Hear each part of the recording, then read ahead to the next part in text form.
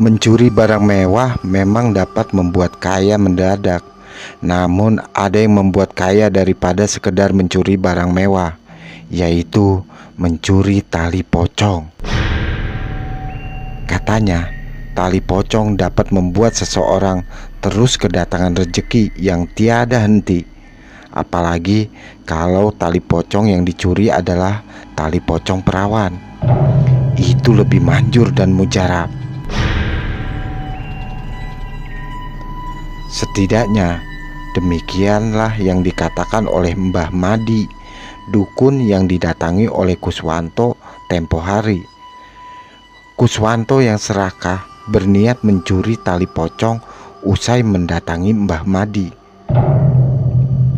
"Akan kubeli semua omongan orang-orang itu kalau aku sudah kaya, biar ku beri mereka pelajaran."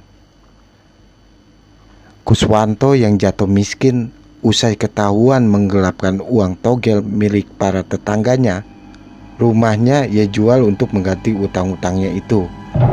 Bahkan ia sampai cerai dengan istrinya. Barangkali Kuswanto melepaskan stresnya karena bangkrut kepada sang istri. Namun tetap saja itu bukan tindakan yang benar. Alhasil ia tinggal di sebuah gubuk di belakang bekas rumahnya. Selama rumah itu belum ditinggali, Kuswanto diperbolehkan tinggal di gubuk itu. Namun hari-hari Kuswanto selalu penuh dengan cacian para tetangganya. Ia bahkan pernah mencekik seorang ibu-ibu karena tak tahan terus dihina. Karena kelakuannya itu, Kuswanto sampai harus mendekam di sel penjara selama 1 minggu. Kini ia merasa percaya diri karena mendapatkan nasihat dari Mbah Madi untuk mencuri tali pocong dan menjadikannya jimat untuk mendatangkan banyak rezeki. Entah apa yang ada di pikiran Kuswanto melakukan hal-hal yang tidak wajar itu. Ya, semua demi kekayaan. Karena dia pikir sekarang dia telah jatuh miskin. Harta terakhirnya cuma 1 unit sepeda motor, yang itu juga ia berikan kepada Mbah Madi sebagai mahar. Modal motor juga nggak apa-apa, nanti juga akan kembali dengan jumlah yang berlipat-lipat. Begitulah yang dipikirkan oleh Kuswanto. Ia begitu yakin dengan keberhasilannya. Meskipun tampak mustahil, Kuswanto akan tetap melakukan niat jahatnya itu, yaitu mencuri tali pocong perawan.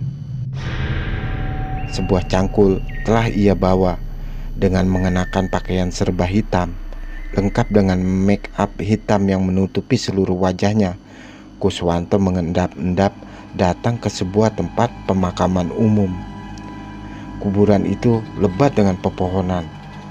Pohon-pohon itu membuat pemandangan di kuburan itu tampak gelap meskipun pada siang hari. Apalagi jika malam hari. Pemakaman itu memang cocok untuk dijadikan sasaran Kuswanto. Gelap, rindang, dan tentu saja sepi. Ia merasa akan dengan tenang mencangkul kuburan yang akan menjadi target curiannya.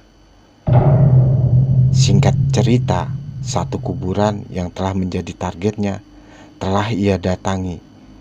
Ia pun berdiri di atas kuburan tersebut dan menaruh cangkul untuk sejenak merapalkan mantra agar tak bisa dilihat oleh orang.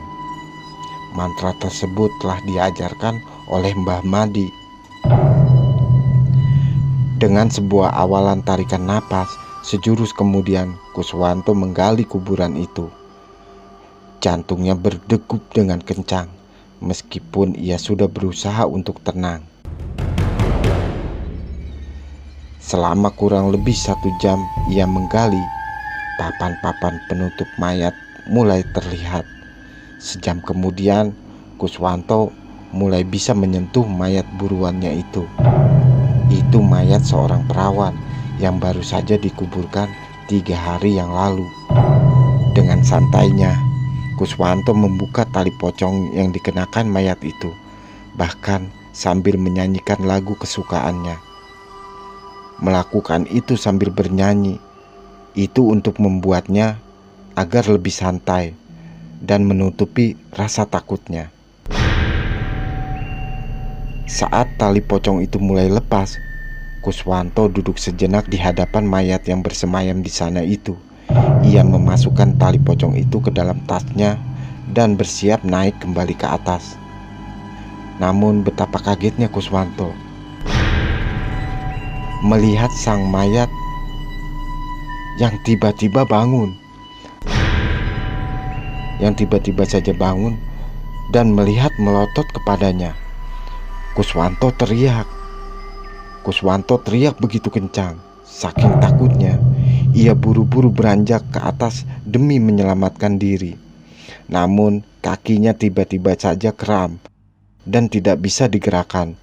Teriakan Kuswanto semakin kencang meminta pertolongan. Tak lama sekitar 2 orang penjaga makam mendatangi kuburan itu dan menyorotkan lampu senter ke arah Kuswanto. Sedang apa kau? Pesugihan ya? Sialan.